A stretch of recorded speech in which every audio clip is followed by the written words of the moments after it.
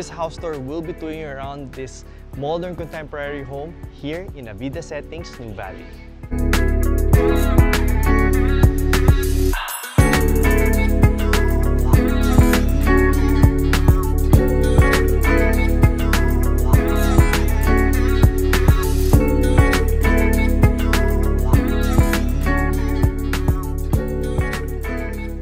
This property sits in a lot area of 114 square meters with a floor area of 120 square meters, 3 bedrooms, 2 toilet and bath, a powder room, a maze room with its own toilet and bath, a living and dining area, and a kitchen area. And then meron din po siyang service area sa likod.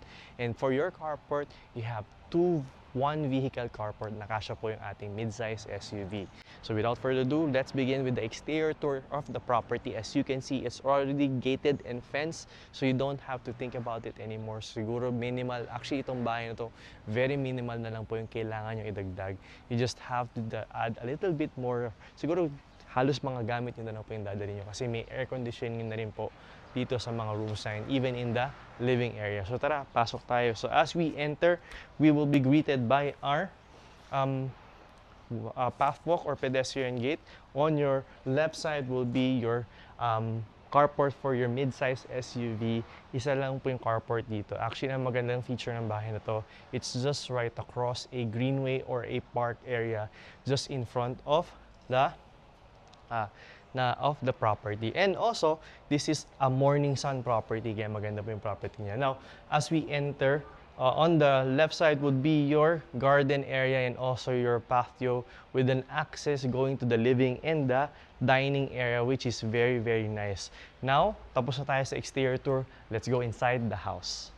So, let's explore the ground floor of this house. As you can see, solid wood door po tayo with Capiz design. Now, as we enter, we'll be greeted by our open concept living, dining, and kitchen area. And what I like about this is napakaliwalas po niya. You have a lot of glass and sliding glass doors, glass windows, big, huge glass windows, 2 sliding glass doors so that ample lighting and ample natural air flows inside to the house. And gumamit rin po siya ng ceiling fan so that it can cool down the whole house. And what's really nice about this property is kahit maliit po siya or hindi siya ganun kalaki as compared to the other houses that we've seen, ang ginawa niya, dahil po dun sa mga bintana niya malalaki, it will appear very big here in the video. Now, here is your designated living area, which is still an okay size. Depending on how you design it, kayang-kaya po siya. And then you also have this cove, niche-like design here in the ceiling, and you have your ceiling fan na may center light. We have here, right across would be your dining area. Kasya po ating 4-seater or even our 6-seater dining table, which has a view of the outside and an access going to your patio and your laundry or service area on the side of the property. Now, right across it would be your kitchen area with granite countertop. You have your sink with drain. You have your shower here in the same, yung shower, yung faucet natin.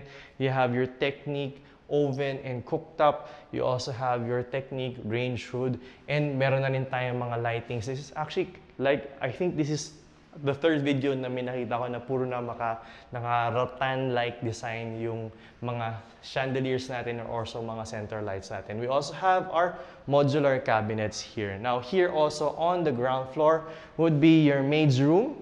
And then we also have here, right across, would be an access going to the garage or to our carport. So, pakita ko lang. So this is your access going to your carport, 1 vehicle carport. Now, dito rin sa ground floor natin, we have a powder room here which is nicely designed. Ang ganda ng mix ng colors na ginamit niya. Meron siyang sink. You have your accent wall here, and you also have your toilet. And then right across it would be yung ating toilet and bath for our maids. It can be an office, can be a storage depending on what you like. Then meron din siyang sariling toilet and bath. Now, dito rin sa tabi niya would be an access door to the service area. Dito sa other corner of the house, pwede rin kayo dito mag-laundry. You can actually set up your own dirty or outdoor kitchen here. So, tapos na tayo sa ground floor. Let's go sa second floor. Welcome to the second floor. Here we have three bedrooms and 2 toilet and bath. Now, dito po sa ating 2 bedrooms po wala pa siyang partition.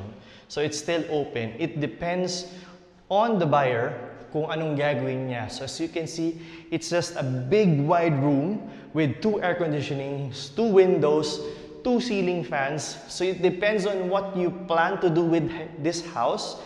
This can be just one big room for your children, for your family, for your relatives, or this can be a 2 separate rooms. You can put a divider here depending on what you want. You can put a drywall, you can put a cabinet in between so that it can have a separation from both sides. But what I like about this is the option of customizing it the way you want it. You can leave it open as you want, or you can enclose it and put a partition. So, daan tayo dito sa kabila. Again, solid wood doors. Okay? And again, not to mention, meron tayong dalawang inverter aircon here. This is your common toilet and bath, which is quite spacious for the size of the house. You have your shower glass enclosure, sink. You have your smart light here, smart mirror here. You have your toilet. You have your bidet, and you have your shower. Actually, hot shower pa siya. Okay. Now, moving on is going to the master's bedroom. For the master's bedroom, this is spacious. Again, kasya po ang ating queen size bed. Kung king size, baka medyo siksik na po siya, pero it's still the right size. You have your inverter split type air conditioning. Meron ka din ditong parang Juliet balcony na opening, like Baguio-like opening na pwede niyong buksan, pero hindi, you don't need to go out anymore. So you also have your ceiling fan na may center light. So it's really a nice design. Now, dito rin po sa ating master's bedroom, which I like so much is napagkasya niya po yung walk-in closet and yung toilet natin. Showing you, this is the walk-in closet. This is, just imagine, sobrang daming storage space niya. It's just a good size. Tamang-tama lang po siya. Very well thought of, very well planned. Kasi, syempre, hindi na ganun kalaki yung space natin, pero napagkasya niya pa po. You also still have your dresser area here. Pwede ka maglagay ng mirror dyan and more lighting. And this is your toilet and bath. So yung toilet and bath natin, still spacious, still a good size for the size of the house. For 120 square meters, pinagkasya niya, kasya, okay po siya.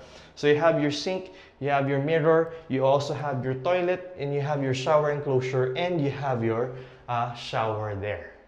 Thank you for watching our house tour for today. If you would like to see this property in the actual, or you would like to know more about this property, you can contact us in the contact information posted on the screen.